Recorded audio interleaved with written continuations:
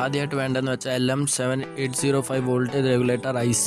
അപ്പം അതിനാദ്യം നമ്മൾ കട്ട് ചെയ്തിട്ട് ഐസ്ക്രീം സ്റ്റിക്കിനെ നമ്മൾ ഒരു ഓവൽ ഷേപ്പായിട്ട് കട്ട് ചെയ്യുക. അതിൻ്റെ വെള്ളിൽ നമുക്ക് ഫെവിക്വിക്ക് കേൾക്കണം. ഫെവിക്വിക്ക് തേച്ച് കഴിഞ്ഞാൽ നമുക്ക് ആ റെഗുലേറ്റർ IC അകത്ത് ഫിറ്റ് ചെയ്യുക. എന്നിട്ട് അകത്ത് നമുക്കിപ്പം 3 ലൈനുണ്ട്. അപ്പോൾ അതിനകത്ത് നിന്ന് 2 ലൈനിൻ്റെ അടിയിലായിട്ട് നമുക്ക് 2 ഹോൾ ചെയ്യണം. ഹോൾ ചെയ്തിട്ട് അതിനകത്തോട്ട് വയർ കണക്ട് ചെയ്യുകയാണ് നമ്മളിപ്പോൾ.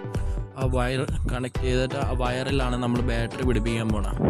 അപ്പോൾ ഈ ബാറ്ററി പിടിപ്പിക്കുന്നതാണ് നമ്മുടെ എക്സ്റ്റേണൽ ബാറ്ററിയില്ല, റിമോട്ട് കൺട്രോളിൽ കിട്ടുന്ന ആ ബാറ്ററി പിടിപ്പിക്കുന്ന സാധനമാണ്. നമ്മൾ വലിച്ചകത്ത് ഫിറ്റ് ചെയ്യുക.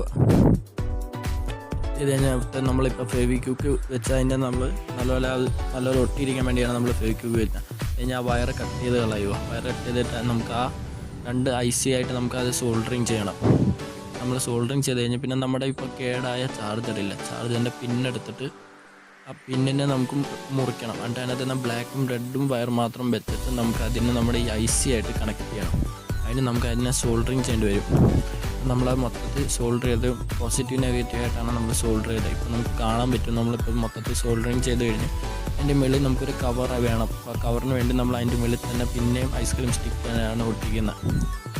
നമ്മുടെ ഇപ്പം പവർ ബാങ്ക് റെഡി ആയിരിക്കുന്നത്. നമുക്ക് ഈ ബാറ്ററി എവിടെ ഉള്ളും കിട്ടും. നമുക്കിത് നോർമൽ ചാർജർ വെച്ചും ചാർജ് ചെയ്യാം. നമ്മൾ കുത്തി നോക്കാം, ചാർജ് ആകുന്നുണ്ട്. ഇതാണ് നമ്മുടെ ഇന്നത്തെ വീഡിയോ. Thank you.